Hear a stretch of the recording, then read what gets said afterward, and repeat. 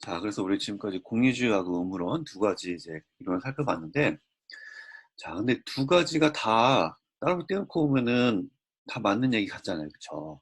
그쵸? 그렇지만 이게 현실 세계에 적용을 해보면, 근데 어느 쪽이 맞는지 결정하기가 참 곤란한 경우가 많아요.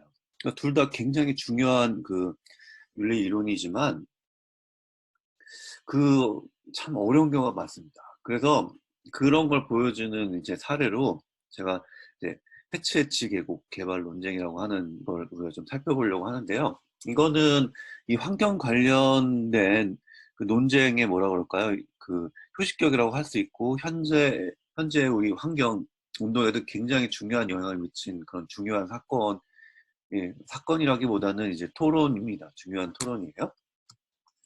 자, 그래서 요걸 보면서 이 실제 이런 이론들을 실제 적용하는 게 얼마나 복잡하고 어려운 일이죠. 여러분 한번 좀 살펴봤으면 좋겠어요. 자, 그래서 일단 어떤 문제였는지 먼저 설명을 좀 드려볼게요.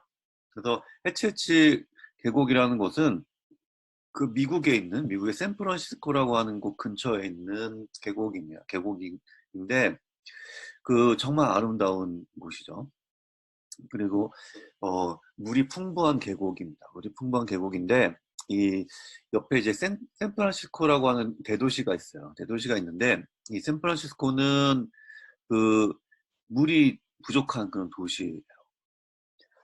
만성적으로 물이 부족한데 그래서 이 도시 사람들이 계속해서 이 계곡에 댐을 건설해가지고 그 물 부족을 해소하고자 이렇게 계속 노력을 해왔습니다. 그렇지만 이제 댐을 건설하면은 이 환경이 파괴될 거 아니에요, 그렇죠?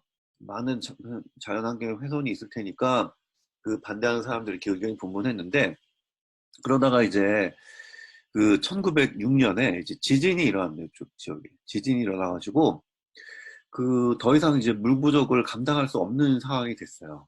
그래서 이쪽 이제 정부에서 드디어 이제 여기에 이제 댐을 개발하는, 이 계곡을 개발하는 계획을 승인을 하게 됩니다. 그렇게 되자 이제 즉각적으로 전국적으로 반대하는 그 목소리가 터져 나오게 돼요. 그러면서 이제 두 사람이 이제 그 논란의 중심에 있게 되는데 이제 핀쇼라고 하는 사람하고 뮤어라고 하는 사람 이 두 사람이 요 논쟁의 중심에 대해서 이제 계속 논의를 하게 됩니다. 그래서 두 사람이 어떤 사람이냐면은 존 뮤어라고 하는 분은 뭐라 할까 이분도 이 환경 운동의 그 되게 전설적인 인물입니다. 전문 인물이고 그래서 이분 같은 경우는 뭘로 유명하냐면 특히 그 요세미티 같은 이런 그 미국의 그 뭐죠 국립공원들 있잖아요. 그 국립공원 세우는데 굉장히 중요한 기여를 하는 분이에요. 이분은 원래 그뭐 가난한 이제 운반 같은 거 하는 그런 이제 말하자면 그런 노동을 하는 분이었습니다. 그러다가 그 어느 날 젊었을 때 갑자기 눈에 이상이 왔다고 그래요. 그러면서 그 앞을 못 보게 되니까 굉장히 그러니까 어려운 시기를 보냈을 거 아니에요. 그러고 나서 다행히도 눈이 회복이 되는데 그 이후에 뭐랄까 이런 고난을 겪고 난 다음에 그 일종의 뭐 깨달음이라고 할까요? 뭐 그런 걸 과정을 거쳤다고 해요. 그래서 이후에 내가 이 소중한 그 세상을 직접 눈으로 봐야 되겠다 그래가지고 이제 걸어가지고 다른 걸 이용하지 않고 걸어서 굉장히 이, 자연이 잘 보존된 이런 곳을 여행을 하게 됩니다. 그걸 수천 마일을 그 도보로 여행을 해요.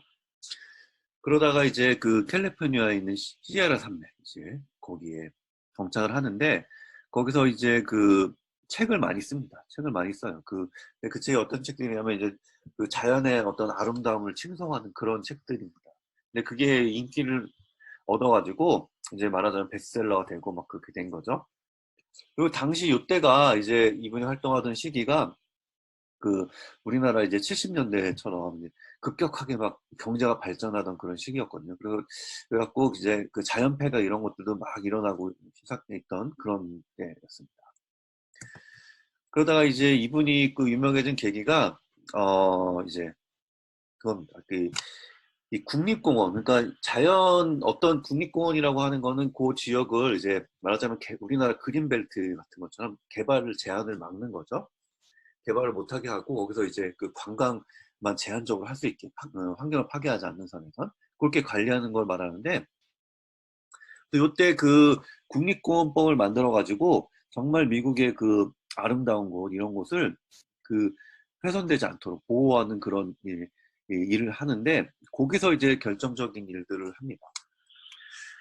그래서 유명한 일화가 그거죠. 이제 그 1903년에 그때 미국 대통령이었던 루즈벨트라고 하는 분이 있는데 그분이 이제 이 뮤어라고 하는 요 사진에 있어요. 지금 왼쪽이 루즈벨트, 이분이 존 뮤어입니다.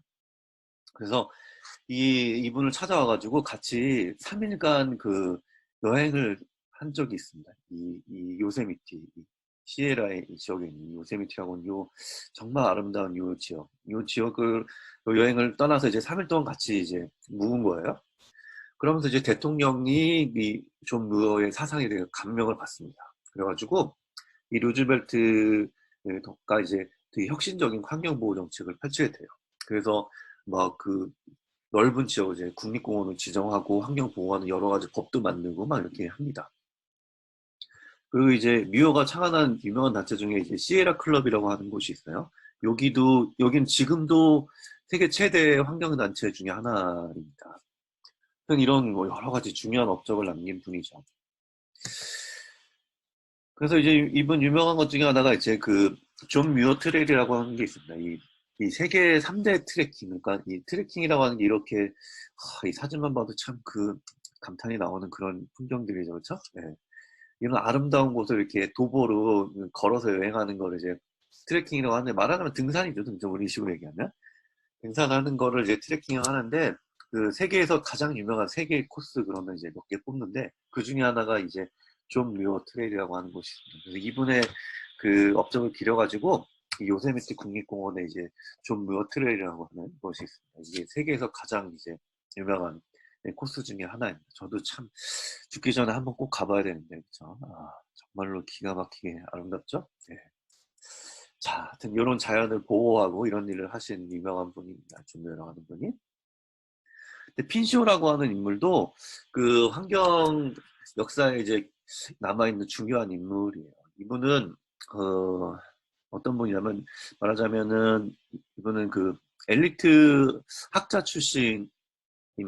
학자 출신이면서 이제 정부 관료였는데, 그러니까 이분은 그 말하자면은 세계에서 처음으로 이 산림학 이런 거 있잖아요. 그러니까 환경을 보호를 하는데 그냥 하는 게 아니고 환경에 대한 어떤 체계적이고 과학적인 관리 이런 거를 추구한 그러니까 어떤 그 과학적인 데이터나 이런 걸 모아가지고 이 환경을 어떻게 하면 잘 보호할까 이런 걸 연구하는 그런 이제 그런 연구의 선구자 중에 한 분이라고 볼 수 있어요. 그러니까 그런 걸 처음 시작한 분 중에 하나였던 거죠. 그러니까 이분이 활동하기 전 세대는 그러니까 뭔가 이렇게 체계적인 관리 이런 게 아니라 그냥 좀 뭐랄까 그 직감적으로 이렇게 하는 그런 계획 없이 이런 거였거든요. 근데 이분은 정말로 계획을 세워가지고 딱 데이터로 이렇게 정리해가지고 진행하는 그런 거를 처음 시작한 그런 인물들 중에 한 명입니다. 이 핀쇼라고 하는 분은. 그리고 이제 진보적인 보존주의라고 하는데 이게 뭔지는 좀 뒤에 설명해 드릴게요. 보존주의라고 하는 게. 어쨌든 이분은 그 미국 정부 관료로 있으면서 이분도 그 자연 보호를 위해서 대단히 뭐 많은 업적을 남긴 분이기도 해요. 그렇지만 이분은 개발에 대해서 완전히 반대하는 그런 분은 아니었어요. 자, 그래서 이 두 사람의 어떤 철학이 어떤 건지가 중요한데 그 일단 존 뮤어라고 하는 분은 우리가 이제 요 구분을 좀 잘 눈여겨보세요. 이 보존이라고 하는 거하고 보전이라고 하는 거가 이 우리나라 말로 번역하면 말이 좀 비슷해가지고 헷갈리는데 영어로 하면 이제 많이 분명히 드러나요. 프리저베이션하고 컨저베이션 영어로 하면 많이 다른데 이제 우리나라 말로 하면 좀 많이 비슷해 보이죠. 헷갈리지 마세요. 두 가지가 다릅니다. 보존주의라고 하는 거는 그런 겁니다. 자연 자체의 가치를 강조하면서, 그러니까 말하자면 이거는 그거랑 비슷한 거예요. 그러니까 음모론하고 비슷한 겁니다. 음모론하고 비슷한 거. 자연을 왜 보호해야 되느냐? 어, 그 자연 자체가 가치가 있기 때문에 우리가 보호를 해야 된다. 그런 겁니다. 자연 자체가 그 어떤 내재적인 가치, 그러니까 어떤 그 다른 이유 조건 없이 그냥 우리가 보호해야 되는 그런 가치를 가지기 때문에 보호해야 된다. 그런 입장입니다. 그런 입장이에요. 보전이라고 하는 건 뭐냐면, 그러니까 보전이라고 하는 건 어떤 무조건 보호해야 된다, 파괴하지 말아야 이런 게 아니라 어떤 그 지혜롭게 이용하자 이런 거예요. 그러니까 어, 자연이라고 하는 거는 어떤 그 이익을 만족시킨 수단으로서 가치를 가진다 이런 뜻인데, 그러니까 이 장기적으로 다수의 이익을 위해서 그냥 자연을 잘 활용하자 이런 뜻이에요. 이런 뜻이, 이런 주장입니다. 보존이라고 하는 거는. 그래서 이렇게 얘기하면 근데 여러분들 이게 어 마치 환경에 반대되는 환경 막 파괴하자 이런 얘기처럼 들릴 수 있지만 그런 얘기가 절대 아닙니다. 보존이라고 하는 건 그런 게 아니고 이 그러니까 예를 들면은 그러니까 자연을 효과적으로 쓰자는 거예요.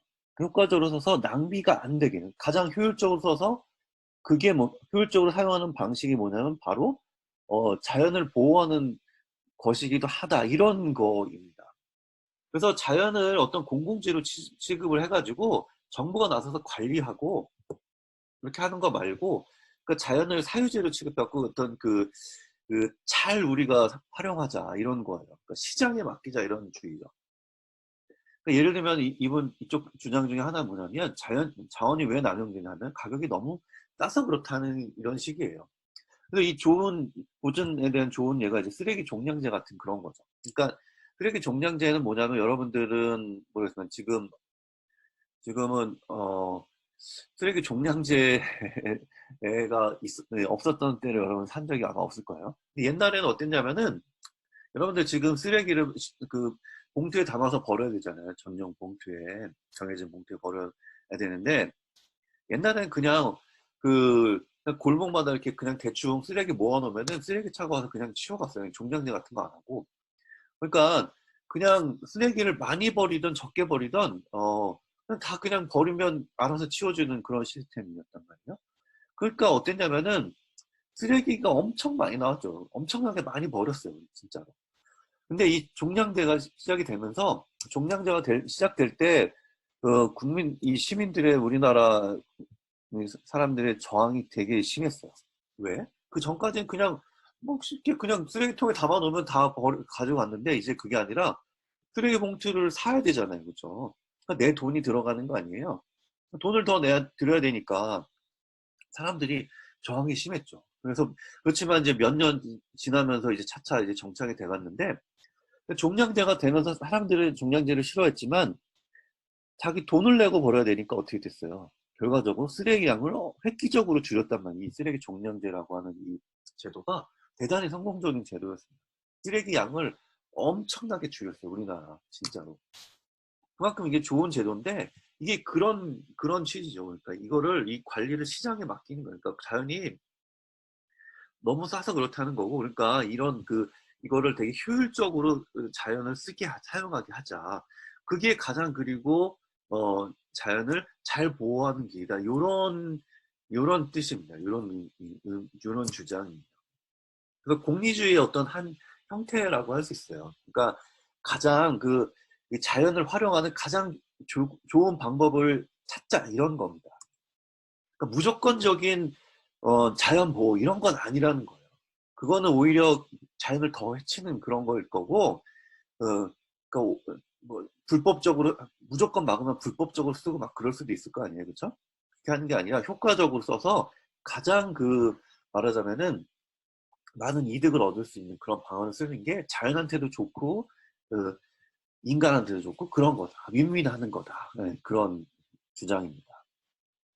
그러다 보니까 이쪽은 보존주의에서 어떻게 했어요? 당연히 이제 댐 건설을 반대했죠. 그리고 보존주의 쪽에서는 댐 건설을 찬성하는 쪽으로 갔던 거죠. 자, 그래서 여러분, 이렇게 얘기하면은 여러분들은 어떻게 생각합니까? 어느 쪽 얘기가 더 맞는 것 같으세요? 그래서 여러분도 한번 좀 생각해 보세요. 사실은 정답은 없을 것 같아요. 어떤 사람은 보존주의가 맞는 것 같다고 생각할 수도 있고, 어떤 사람은 보존주의가 맞다고 생각하는 사람도 있을 거예요. 여러분 중에는. 그래서 자연을 지혜롭게 이용하는 게 가장 좋은 방책이냐.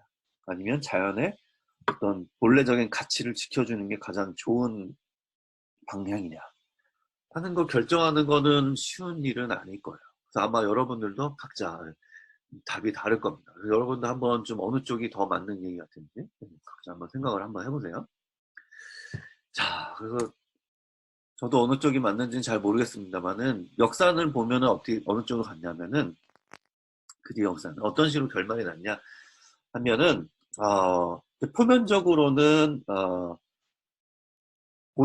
보전주의자가 이긴 걸로 보입니다. 그러니까 어떤 식으로 됐냐면 결국엔 이제 이게 논란이 계속 되니까 근데 이 논란이 금방 끝난 게 아니라 거의 한 10년 넘게 어떤 식으로 진행이 됐냐면 그러니까 뮤어가 이렇게 반대하는 글을 저기 어디 잡지 같은 데다 이렇게 실으면 신문이나 이런 데다 실으면은 그 반대하는 글을 또 이제 핀쇼가 이렇게 또 싣고 그걸 또 반박하는 이 글을 또 뮤어가 싣고 뭐 이런 식으로 계속 거의 한 10년을 논쟁을 한 거예요. 그러니까 둘 사이에 굉장히 많은 얘기가 오가게 된 거죠. 결국에는 이제 행정부도 이제 정부도 결론을 못 내가지고 막 미적미적 거리다가 시간만 계속 끌었거든요. 그러다가 결국에 이제 결정이 1913년에 이루어지게 되는데 이제 거기서 어느 쪽 하원이 미국은 좀 우리나라랑 다르죠. 하원에서 먼저 결정을 한 다음에 그 다음에 상원으로 넘어가야 이제 최종적으로 이제 그 정책이 결정되는 그런 시스템이에요. 하원에서 이제 그 보존주의자들이 집니다. 그래가지고 그러니까 개발하는 쪽으로 결정이 났어요. 그래갖고 이제 보존주의자들이 총 이제 결집을 해가지고 뭉쳐가지고 이제 반대하는 캠페인을 했는데 상원에서도 이제 개발하는 쪽으로 통과가 됩니다. 결국에는 댐이 개발이 되게 돼요. 지금도 그래서 지금도 이제 댐이 있습니다. 어? 자, 그래서 표면적으로 어쨌든 이제 보존주의자들이 이긴 것처럼 보존주의자들이 진 것처럼 이제 됐는데 그렇지 근데 꼭 그런 것만도 아니에요. 이제 결과적으로는 어쨌든 패배인 것처럼 보이지만 보존주의자들이 얻은 것도 굉장히 많았습니다. 그래서 이 사건을 계기로 해서 사실은 이게 뭐 우리한테는 뭐 이런 논쟁들이 뭐 지금은 뭐 많이 있지만 근데 이런 식으로 이 개발을 놓고서 벌어진 논쟁이 거의 뭐라고 할까요? 역사상 처음 있었던 그런 논쟁 중에 하나거든요. 이게 벌써 언제입니까? 이게 20세기, 지금으로부터 100년도 넘게 전 이야기잖아요. 그렇죠? 그때 이 환경 관련된 이런 논쟁 같은 게 벌어진 게 사실은 역사적으로 처음이에요. 그러면서 그 이후에 뒤에 일어났던 여러 가지 사건들의 일종의 그런 역사적인 그 사례 같은 것들이 되는 거죠. 그래서 어쨌든 이 사건을 계기로 해서 미국 국민들은 처음으로 이제 환경 보존이라고 하는 거에 대한 이념을 접하게 됩니다. 사실은 이러고 나서 그 다음부터는 이 사람들도 이 환경 문제에 대해서 관심을 가지게 된 그런 계기가 됐다는 거죠. 그래서 이 결정이 있고 난 다음에 이제 미원은 이제 연세가 많으셔가지고 곧 이제 돌아가시게 되지만 그 이 뮤어의 말에 동감하는 사람도 굉장히 많았다는 거예요. 이 논쟁을 거치면서. 어쨌든 이 환경 문제에 사람들이 관심을 가지게 되면서 그 이후에 벌어진 많은 변화의 시발점이 된 그런 그 중요한 유산을 그 후대 사람들한테 남긴 그런 논쟁이 되죠. 그래서 지금 여러분 보시면 미국이 굉장히 발전한 나라긴 하지만 자연도 잘 보존이 돼 있잖아요. 미국 여행 같은 거 해본 분들은 다 알 거예요. 미국이 얼마나 그 아름다운 자연을 보호하고 있는지. 근데 그게 그냥 이루어진 게 아니고 이런 분들의 노력이 있었기 때문에 이런 역사가 있기 때문에 지금 잘 보존이 돼 있는 겁니다. 자, 그래서 어느 쪽이 맞다, 옳다, 맞다, 어느 쪽이 틀렸다, 이렇게 딱 집어 얘기하기는 힘듭니다. 그렇지만, 여러분도 아마 의견이 다를 거예요. 그래서 여러분들 어느 쪽이 먼저 한번 생각을 해보시고, 그렇지만 역사는, 어쨌든 이런 논쟁을 거치면서, 발전을 해왔다. 그런 거 여러분 기억해 두시면 좋을 것 같아요.